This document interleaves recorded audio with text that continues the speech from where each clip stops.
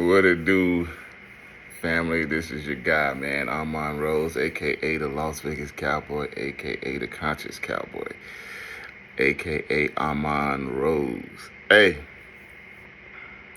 so today's video, banging on the beast, right? It's not a rabbit hole. It's not deep. This is one of those things, one of those questions, or one of those reasons why I keep reading the Bible or why I keep studying. Just like I've talked about this topic before, I've dove into this topic before, parts of this topic, and something clicked last week where when I put it together, I wanted to show y'all this. I ripped the top of it, but the name of it is Cure. This flavor is the blueberry pomegranate. And no, I'm not, I'm just showing y'all stuff because it's vegan and healthy and good for you. But it's an electrolyte drink, and it's pretty good, man. So it's called Cure, C-U-R-E. I tore the top right through the name, but it's pretty good, man. So try it out. And I think if y'all guys use that scanner that I shared with you, if you use that scanner, this is one of the products that's good. Like, I got the ginger one first. They say the ginger one is bad, but this one is actually good. It's not excellent, but it's good. So give it a shot, man. Give it a try. See if you like it. But, like I said, I always try to share y'all my little drinks. And it's not sponsored. I don't gatekeep, so I'll be trying to, because I know how hard it is for me to find stuff. So this is why I share with you guys. So let's dive into this, man. So the interesting thing that I found that during my studies, and like I said, it's three kind of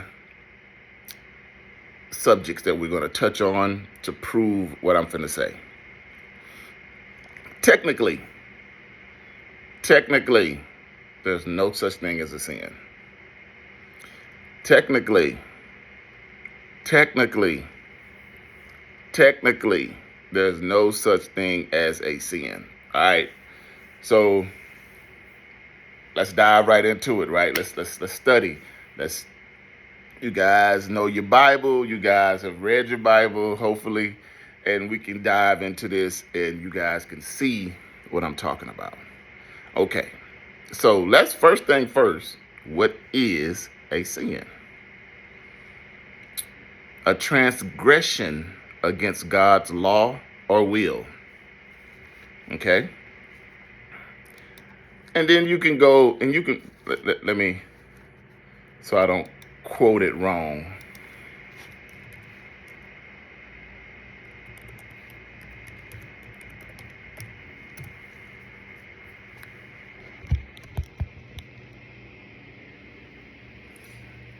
Now, transgression against God's law or will. What does transgression mean? An act that goes against the law, rule, code, conduct, and offense. Okay? An act that goes against a law, a rule, or code of conduct, or an offense. So, transgression is not that hard for you guys to understand, but this is a transgression. It could have said an act that goes against God's law or will. So we are on the same page. Everybody understands what a sin is, right? So, what's God's will? What is his will? What does will mean? What is his will? What is God's will? Because see, it didn't say. Now, we can argue about this and debate about this all day long. Transgression means an act that goes against a law, a code, or whatever it says, right? But now, a sin says an act that goes against God's will, law or will. Okay? We know some of the laws, but You guys are going to fight that. You guys are going to fight the laws. You guys are going to fight the Ten Commandments, because the Ten Commandments, we already know that you guys the people couldn't follow the Ten Commandments, so God got rid of that, right? So you're going to fight that. And we've always talked about that. So we'll touch on it again, but remember, his law, you're gonna fight about it. But what's his will? What's God's will? It's it's defined as a moral will or a will of command. Okay? So once again, it didn't mention law. It said, hold on, let me go back. I got my phone up here. I can't really see behind the camera. It says, this one says law and will. This one says a moral will and a will of command. So you see how, like I told you, you don't get a fluent answer when it comes to all this biblical stuff. So, so now we're going to go, this is his will. So his will is something of morals. Now, I've told you guys a million times that the God of this Bible has no morals. None. He said he's going to rub shit in your face. He is the one that hardened Pharaoh's heart. He instructed command. He instructed the soldiers to smash babies in the street and to take the girls that they haven't had a man. He killed everybody on the planet for the sins of one city. He allowed Lot's daughters to molest him. He allowed Noah's son to rape him. So we've talked about this before, and I'm pretty sure I can keep going on with the list forever and ever and ever, from the beginning of the book to the end of the book. There's just some shit that you'd be like, well, why would you do that? Or why would you allow that to happen? So his morals is out the window. It has no morals. His moral code is a piece of shit. What it is. Slaves, obey your earthly masters. Why would I want a slave? Anyway, I'm just trying to give you guys his moral code there is none when it comes to this entity. So we got to go to the will of command. What does he command you to do? Command is, I can say, hey guys, I would like for you guys to donate $5 to this page. That's a command. Hey guys, if somebody does XYZ, says XYZ to me, I want you guys to do such and such and such and such. That's a command. So it's just a list of rules. So we got this right. And a sin is a transgression that goes against God's law or will. That's probably the best definition right there, his law or will. Because now once you get into what's his will, and it has a moral will or a will of command. So now we're talking about, now we understand, we overstand that this is all about what he says to do, he wants you to do. All the effed up things that he wants you to do, he wants you to do. So when God, like I said, when God said all those things that I told you that was unmoral, smashing babies, slavery, incest, we see those things as immoral. Rape. God gives you a clear definition on rape. Incest is a form of rape. So you gotta see that this God of this book is not a good entity. But what is his command? And I've always used this one. Like, I don't believe what you guys believe. So you're supposed to come to Las Vegas because God said, if there's one in a city that doesn't believe in me, kill the entire city. So let's look at the moral standpoints of that. let's just say everybody in this city, everybody in this town was Christian, and I was the only one that wasn't a Christian. You guys were supposed to come here and kill the entire town. Once again, go look it up. This is the moral code of the God that you guys serve. It is asinine. It is ridiculous that you would come. And I do believe, I want to say there's like 3 million people here now. You want to come and kill 200.9 million people because one person doesn't believe. This is the moral commandment of your God. This is the commandment of your God. And this is the moral stance that he has. He has the stance that if one person in a town doesn't believe in me, go kill that town. That is the weirdest. Come on, family. You guys gotta. I know you Christians. I know some of you Christians be like, really be wanting to hate on this stuff. That's why y'all don't comment no more. Because my research has gotten tighter and tighter and tighter over these years. You know, I used to leave gaps and people used to go back and forth with me a lot. And now my research has gotten so tight that you guys are tight-lipped. Sometimes I put titles up here and write them all crazy so I can get a response from you guys. But once you read the material, you got nothing to say because it's all coming from the Bible. This is God's rule. This is one of his, once again, this is one of his commandments. Not commandments, but this is one of his things that he says to do. It's not part of the 10 Commandments. No, I don't want anybody to get twisted. But now, even with all that done, we can say, hey, well, that's a sin right there, Edwin. If you don't do this, well, first thing first, you guys are all sinners because you're not following it. You're not doing what he tells you to do. You're not keeping up with what the book says to do. Now, I'll say this. You black Christians, I'll say this. The world around you is keeping up with this book. You may not be keeping up with this book, but the world around you is definitely keeping up with this book. The evil shit that God instructs in this book, look around you. How many missing kids you see all the time? Now, how many times I got to show you, even in the church, that you got sex cases coming out weekly. Even in the church. And I even showed y'all Nevada. I showed y'all all the states. Even in the church.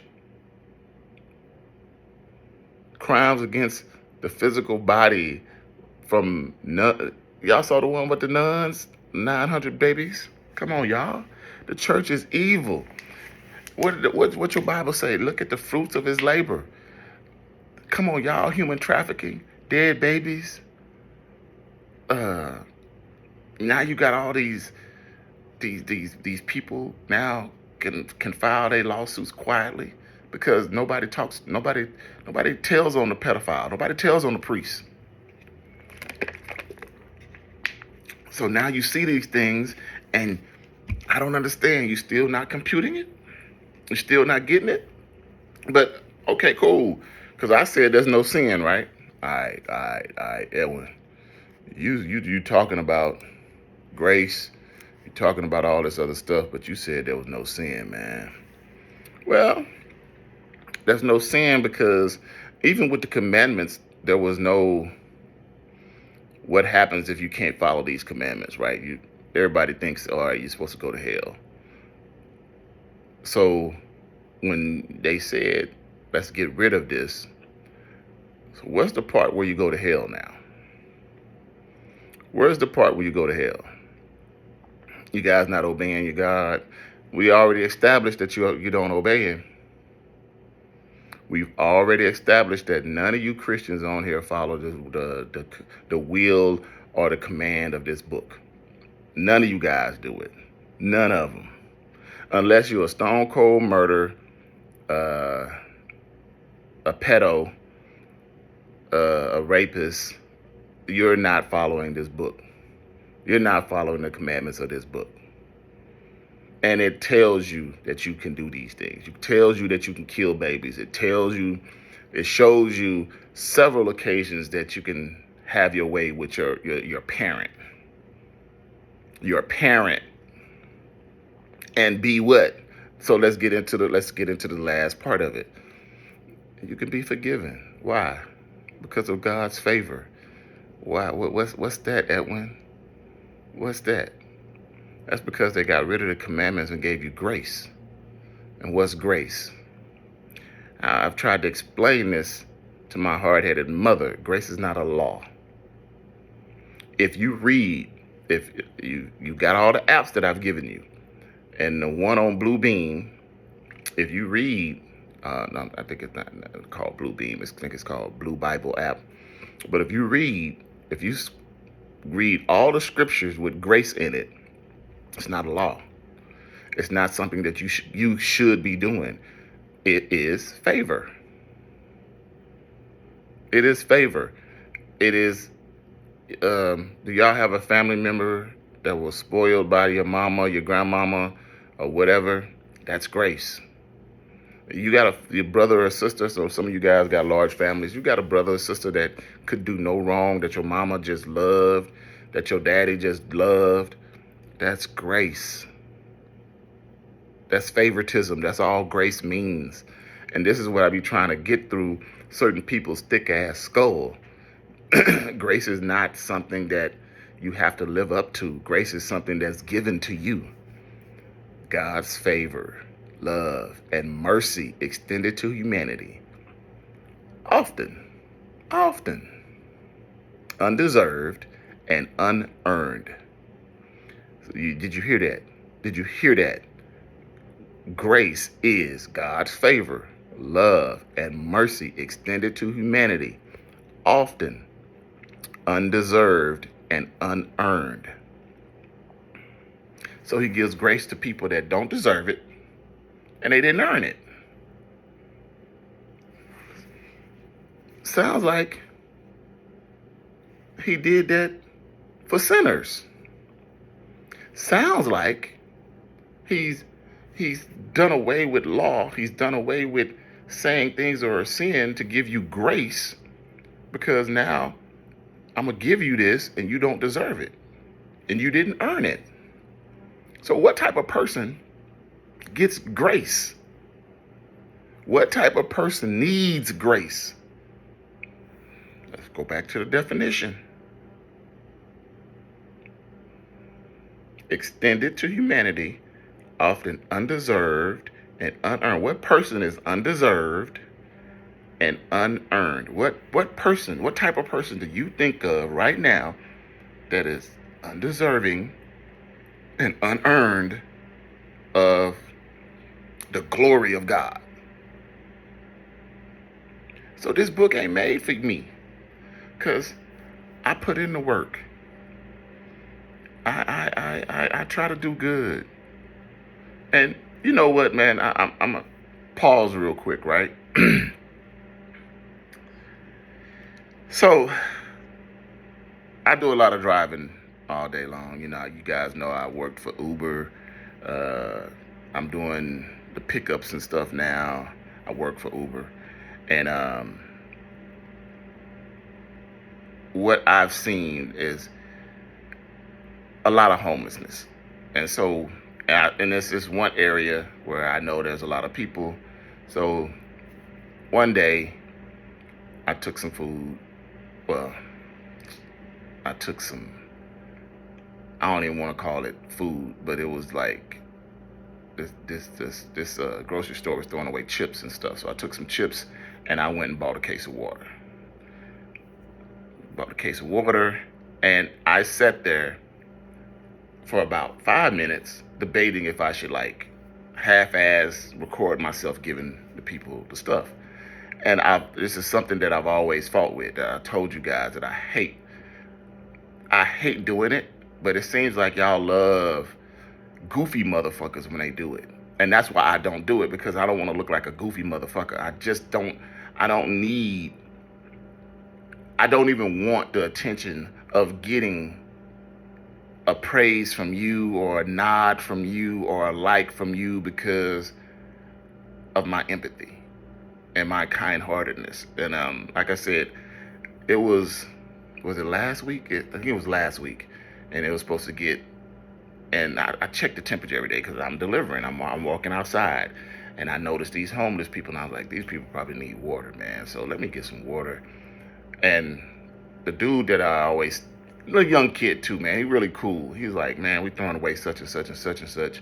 I was like, hey man, can you get my order? I want to run in and grab a case of water for the homeless. And he was like, what you finna do? And I told him, and he was like, hey man, we got some chips and some stuff over there we finna throw away. I was like, can you give me a bag? You know, he was like, yeah, brought me 2 bags. So I wanted to say, hey man, let me post this shit and let me show you guys that, you gotta have some type of love and caring for your people, and I'll give you guys another one that's for our people. Like in this system, if you work till you 55, there's no such thing as money, y'all. Y'all know money is obsolete, right? Why somebody can't put $1 million in the account for you and say, hey man, enjoy your golden years. You ain't got to work so hard. You ain't got to do this. You ain't got to do that, because you basically have given your life since you was 16, 17, 18 to this country. And no matter what aspect you're in, if you didn't do anything, if you just had a regular job, if you joined the military, most people have given 90% of their day to this country, and we don't get nothing for it. So that's what I'm saying. When you have a heart like that and a mindset like that, you think of things that like could help people. Like it's not gonna break me, man, to buy an extra case of water and give it to people.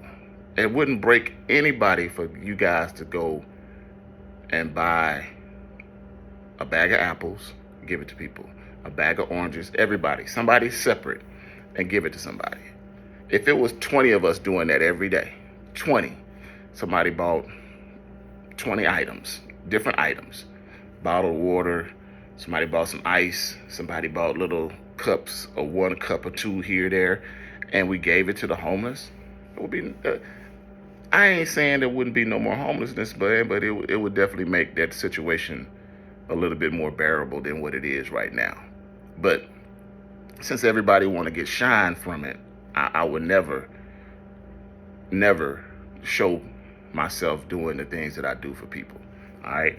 So let's get back on track. So if you go through life and you're undeserved and you have unearned anything, there is a God that will give you grace, and that's favor and love and mercy. So that means you are a piece of shit. You are a slave owner. You are a pedophile. You are a rapist. You are a slave owner. You are a slave catcher. You are a beater of slaves. You are a murderer of slaves. You are somebody that, raped your daughter. You're somebody that raped your neighbor. You're somebody that killed 900 babies. You are somebody that killed 900 babies. You're in an institution that killed over 900 babies. And now all you have to do is ask for grace, because you are undeserving and you have unearned the glory, the kingdom. You have unearned. You don't earn it. You don't deserve it. You didn't earn it, but we're going to give it to you anyway. So there's no such thing as sin. Biblical sin, there's no such thing as sin. If I can do all the horrible, horrific things that this Bible instructs you to do, and that we see people do, and then turn around and we can use this book and show you that, so what? All you got to do is ask for grace, and it'll be given to you, because it's God's favor, love, and mercy extended to humanity. often undeserved and unearned. So who is this for? Once again, who is this for? This is not for me. I feed people. I give clothes to the people. I give people water. I never touched any of my children. I've never touched any of your children. Never touched anybody inappropriately as an adult. Never. So you don't have that stigma over me to say that I need grace. I don't need your grace. I don't want your grace. Grace is like, you know, and hopefully, I know y'all don't, most of these people don't listen to this long, but grace is like giving out participation certificates. You didn't earn that. You didn't deserve that. Now you just got it because you out here, and everybody gets it because we want all you guys to feel the same. We want all you guys to be okay. Why are you giving somebody something that they didn't earn and they didn't deserve it? That's what grace is. Grace is a participation fucking certificate because you didn't earn it. You didn't earn. You're not going to earn a trophy. You're not going to be deserving of getting a trophy from your coaches. You're going to get, hey, here's a pat on the back. We're going to let you. We're going to allow you to walk up and come to the podium and have a coach call your name, and we're going to make everybody feel good. That's all this is right here. That's all this is a feel-good passage. Grace is something that feel good so you know you a sinner. And see, the people that know, you don't know. So all these sinners, they can ask for grace at the end of the day. What did Paul say? I know I should be worshiping God. I know I should be doing right. What did Paul say? You little Paulinians, what did Paul say? I know I should be doing right. But man, I'm wrapped up in carnal sin right now, man. I ain't giving this up. But as long as I think about him in my head and I've been baptized, I'm good. I'm Gucci. Because I can ask for mercy. I can ask for favor. I can ask for love. All I gotta ask for is the grace of God.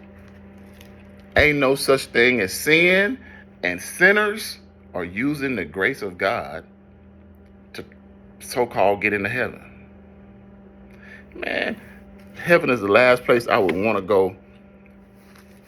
Heaven is the last place I would ever want to go. Heaven is the last place in this universe that I would want to go. I don't want to go see them people, man. I would not want to go see all the rapists and pedophiles and murderers, and that is like being in a maximum security prison with all the bad people. Well, why would you want to go there? Why would that be something that you desire? But anyway, this went longer than what I intended. I thought it was going to be short. This went way longer than I intended. But this is why there is no such thing as a sin according to the Bible. All right? And it felt good to me, man. So I hope you guys, I didn't give you guys the scripture to go find, but I gave you guys some clues. Use your apps, look up these words, look up the terms, look up how grace is used. It is a favor. It's not a law. It's not a commandment. It is a favor. A law or rule or commandment is God telling you to smash babies across the street. It's God telling you to, if you see a young maiden in the fields, to go take her, do what you will with her, and give her pops 50 pieces of silver. And after that, if she doesn't satisfy you, you can give her back to the daddy. That's the moral compass of the commandments of this raggedy ass book. But anyway, like I said, it went longer than I thought, man. But I do this because I love y'all, man. Hotep.